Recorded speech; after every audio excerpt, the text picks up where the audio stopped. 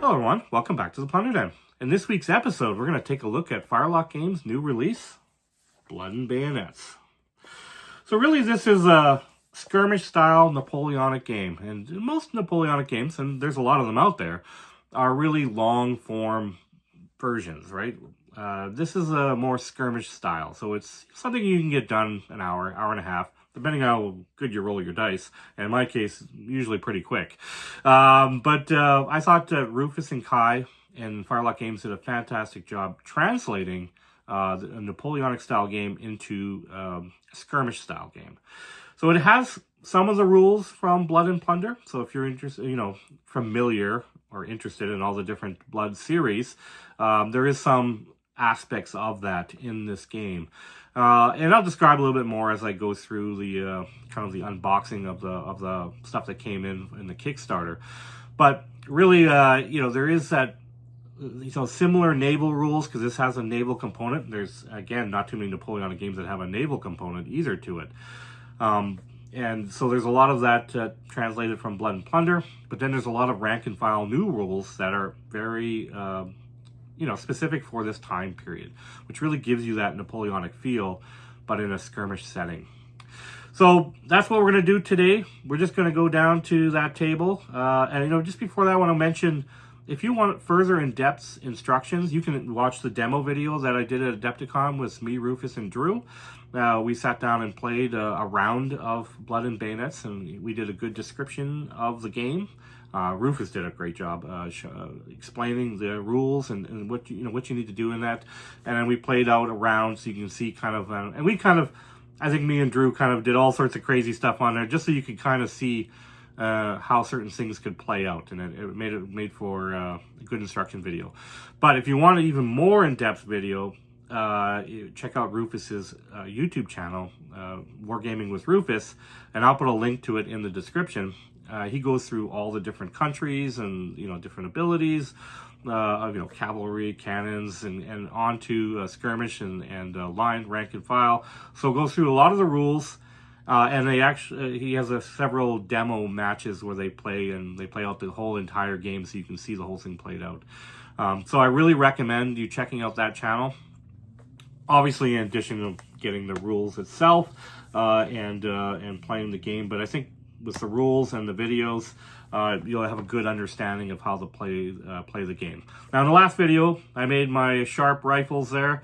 We made the 95th rifles, and I'm going to continue making other videos on the hobby side of things, on some of the terrain that I want to build for this game, and then, of course, all the miniatures that go along with that. Now, again, I'm still building the Trey Parker table, so that's kind of consuming most of my time right now. I want to get that done. I'm working on the base, just so you guys know, all the 6 panels are for the bottom of the entire game table. I've been spending the last few days cutting bricks and stones and boulders and cobblestones because I want to make the city streets, and then, of course, there's a portion of it that's ocean. So I want to get all that base done. I think once I set it up with the actual base completed, it'll look more complete. Once I get going on that and it's completed, that's what I'm hoping to release in the next video, is just get the base done. There is 2 more components that I want to build in there, but we'll finish that up once I get the base all done, and I'll take a look at it, and then we're almost done. Once I get those things glued on, it won't take me long. The longest part is actually preparing all the stuff that I need to put on the table. The actual table build doesn't take very long at all. So looking forward to releasing all that. But for today, we are going to focus on Blood and Bayonets and continue along that route. And let's go down the table and let's check out what I got on my Kickstarter.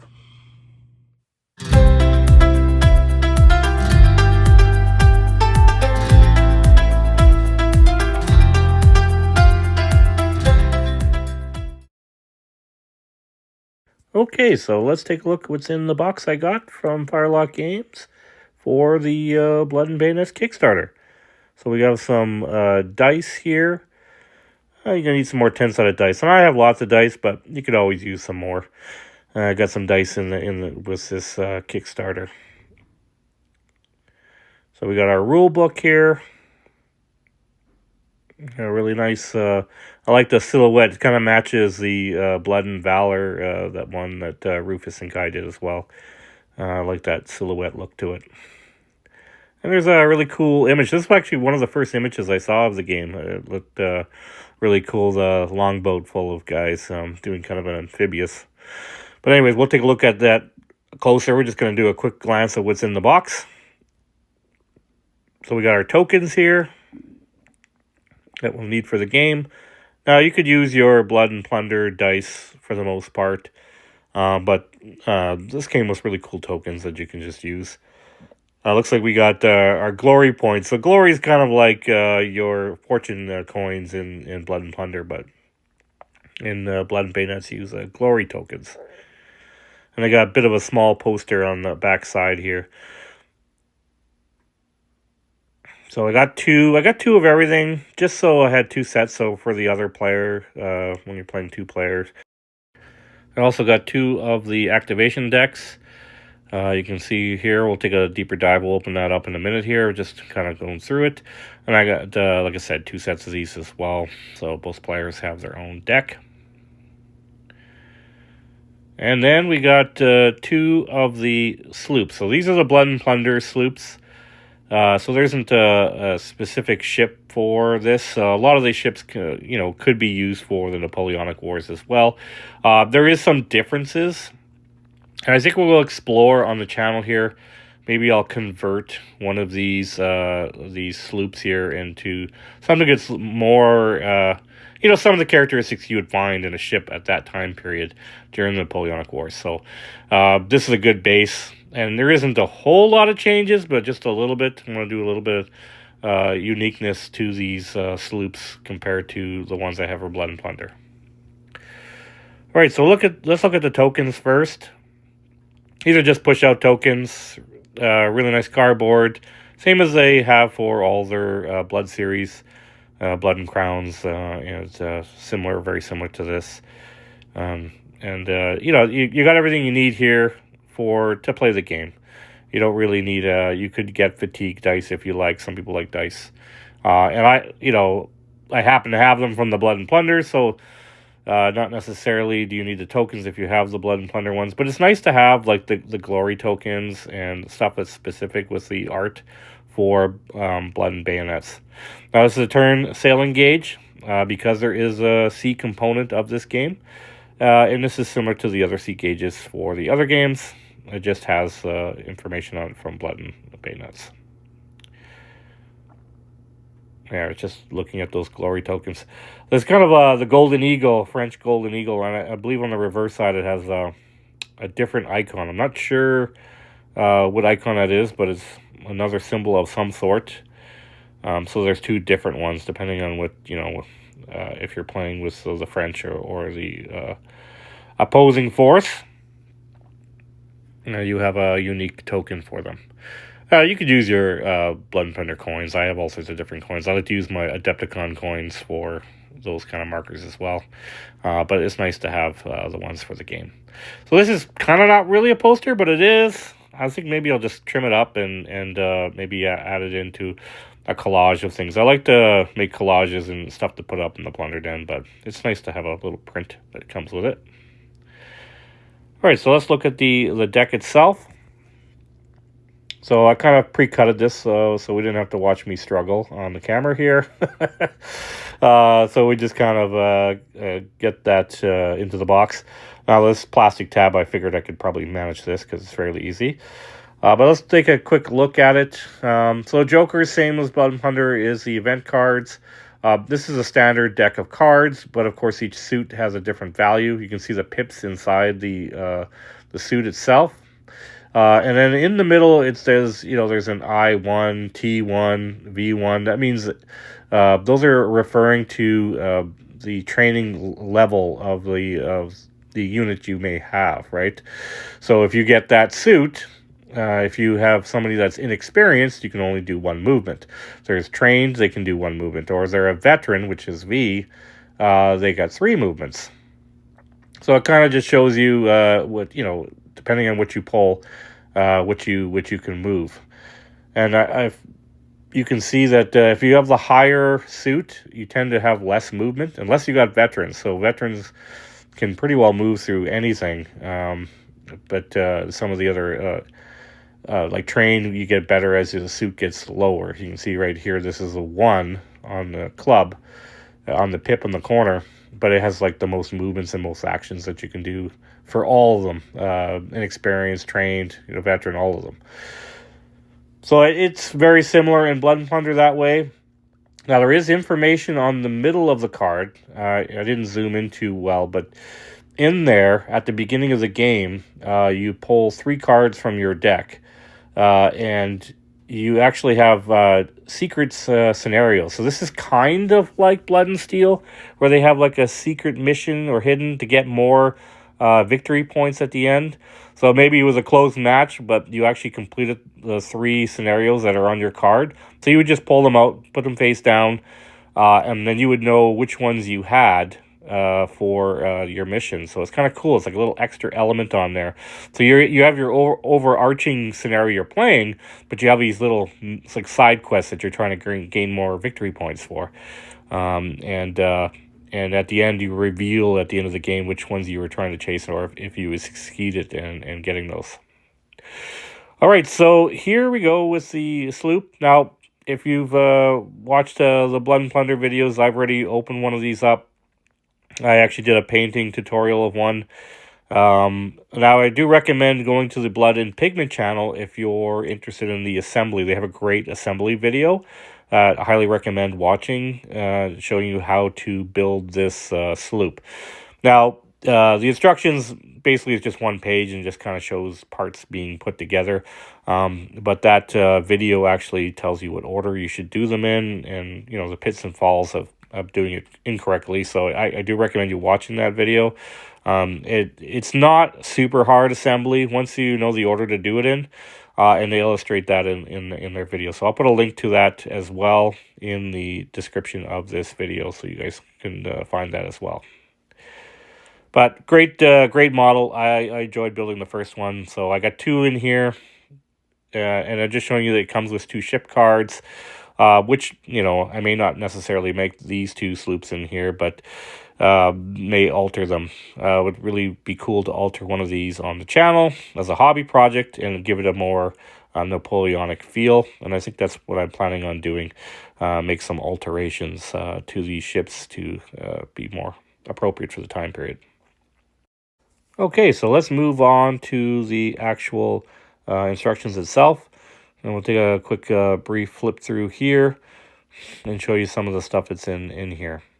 So, like most of the Firelock Games instruction manuals, there usually is some kind of world map or something that indicates where this conflict is happening. So you have a few first pages that are, maps and images of basically where the conflict takes place. And we lead to the table of contents, credits, and that stuff over here. And then we'll move on to, they usually have a history timeline, so I'm pretty sure that's what we're going to find here. So there's a good table of contents right here. Easy to find things in the manual. Of course, the prints inside are beautiful, as usual. Here's a historical overview, as I was mentioning before. And a timeline of things that are happening during this event, just to give you a feel of the time period and what kind of things are happening during this conflict. Game essentials, everything you'll need to play this game. If you pretty well have all your Blood and Plunder stuff, you pretty much can play this game. Now, for the scenarios, though, you will need the Blood and Bayonet cards because they're actually listed on there. But I think they might be listed in the instruction manuals, too. I didn't take a close, but I think they are. Again, beautiful prints, activation and unit taking actions. So there's kind of just information on what actions you can take, and what the difference between dedicated action. So there's all sorts of information on here. This wasn't a hard manual to follow. It helps, like I said, watching those videos that Rufus released. And the demo that we did at Adepticon. So, playing the game and actually seeing it in here, it all kind of just makes sense. There's some elements in here, obviously, we didn't demo at Adepticon, like I mentioned, with the activation cards, having those extra side quests and stuff on there, which is really cool.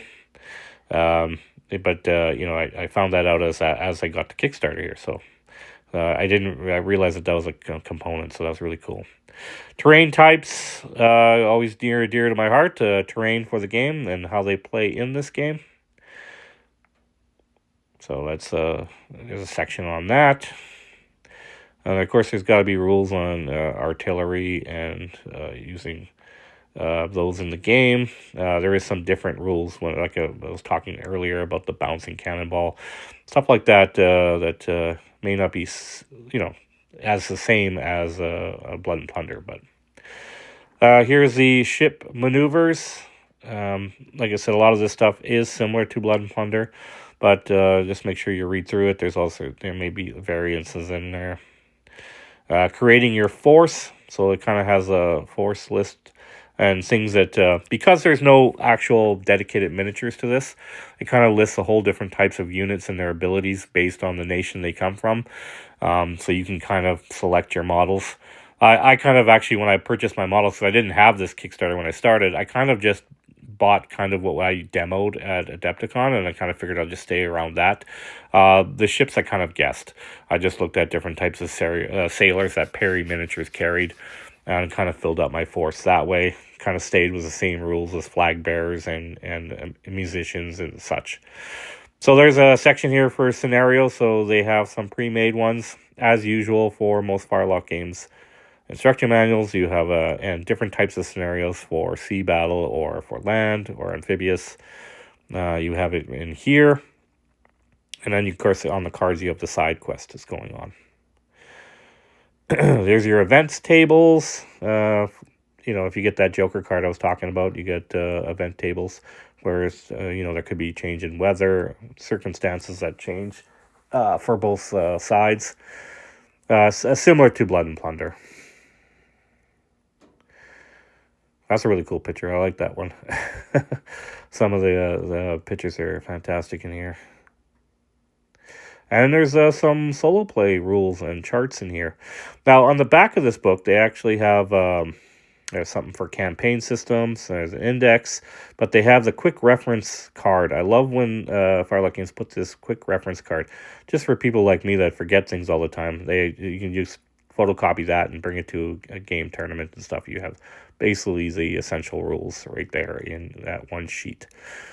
Just as a reminder. Great book. Standard book from Firelock Games. It's pretty awesome. It looks fantastic. Easy to follow. All right, so let's just take a look. I kind of had the table set up from when I was doing the Sharp miniatures, but I figured it'd be appropriate to put the book on there with my Sharp rifles, and just one more look at the table. Of course, there'll be a lot more hobby videos to come ahead for this game, and I'm hoping to get some battle reports once I get everything built. I really think this is going to be awesome. All right, that's pretty much it for this episode. Thanks so much for watching, and I'll see you in the next one.